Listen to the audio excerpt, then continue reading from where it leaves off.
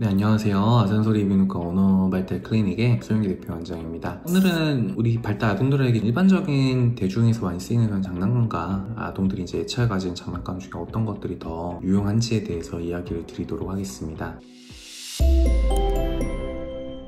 부모님들은 상호작용하고 의사소통에서 도움이 되는 장난감이 과연 무엇인지에 대해서 매우 궁금해하시는 분들이 있는데요. 일단 기본적으로는 전자제품으로 된 장난감들은 아직까지는 그 형태나 방법에 있어서 아동들에게 대화나 말을 촉구를 한다기보다는 오히려 일반적인 단어를 좀 제한되어 사용하게 하는 경향이 있고 말을 많이 안 하게 되는 경향이 있는 것으로 보이게 됩니다. 그리고 아동들이 가장 애착하는 장난감이나 놀이기구들이 있을 겁니다. 이것들이 가장 최고의 장난감이라고 볼 수가 있겠는데, 대부분 아동들이나 이런 발달치료에 있어서 중요한 것은 아이들이 자신이 하는 일에 관심이 있고 재미있을 때 가장 잘 배우고 쉽게 작용하는 경우가 많습니다. 마찬가지로 이제 아이들한테 가장 좋은 장난감 역시도 가장 애착을 가지고 있는 것이 될 거고요. 이런 것들 파악하기 위해서 이제 아동들이 놀이를 할 때 어떤 것을 많이 가지고 노는지, 어떤 물건을 좋아하는지, 어떻게 가지고 노는지 주의 깊게 살펴보면은 아이가 애착을 가지고 있는 장난감이 뭐구나 라고 알 수가 있게 됩니다. 이렇게 해서 이제 확인이 된다면 주도적으로 놀이를 익힐 수 있도록 만들어주는 게 중요한데, 아이가 가지고 놀고 싶은 장난감이나 물건을 선택하게 만들어주고 아동들한테 이렇게 지시를 해서 어떤 식으로 알려주는 것보다는 스스로 할 수 있도록 유도를 해주는 것이 중요합니다. 그리고 아이들이 이제 장난감을 가지고 놀 때 아이들이 말하는 것, 궁금해하는 것들을 반응해주고 비슷하게 얘기를 해주는 것도 중요합니다. 이러한 이제 장난감들을 어느 정도 선택을 했다면 어떠한 식으로 놀이를 하는 것이 효율적인가에 대한 설명인데, 일단 기본적으로 놀이 방법에 올바른 방법이 딱 정해져 있는 것은 아니라고 보시면 되겠습니다. 기본적으로 아이들이 사물을 탐색하고 세상에 대해 배우는데 도움이 되는 다양한 방법으로 이런 놀이들을 응용을 하기 때문에, 예를 들어 블록을 정렬을 한다든지 베개에 부딪힌다든지 인형들에게 담요를 덮는다든지 여러 가지 다양한 형태로 나타나게 됩니다. 아동이 해당 활동을 선택한다면 그것이 가장 즐기고 있는 활동이라고 볼 수 있고 아동에게 가장 좋은 놀이 방법이라고 볼 수가 있겠습니다. 그리고 꼭 시판되는 제품이 아니더라도 다양한 물건들이 아동들에게 장난감으로 보여질 수가 있는데, 예를 들어서 사무용 의자를 장난감으로 여기는 친구들도 있을 거고요. 그리고 골판지 상자라든지 종이 타월, 담요, 믹싱볼 같은 것들이 아동들에게 장난감으로 여겨질 수가 있고, 장난감 가게에서 구입하지 않았더라도 해도 아동들이 애착을 보인다면 그것이 장난감이 될 수가 있겠고요. 그리고 이제 상호작용 문제인데, 일반적으로 전자기기로 된 것들의 상호작용이 조금 더 어려운 것으로 되어 있습니다.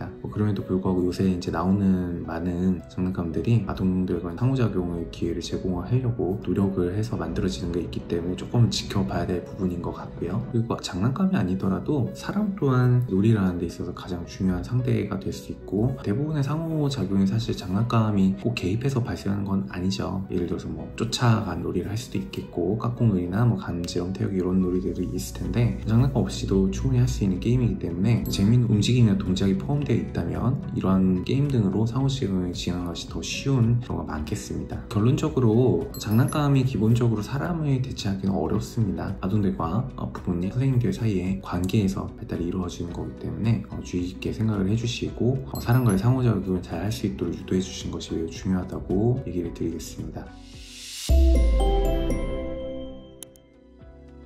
오늘은 발달 아동들에 있어서 장난감을 선택하는 기준이나 일반적인 사항에 대해서 얘기를 드렸습니다. 경청해주셔서 감사합니다.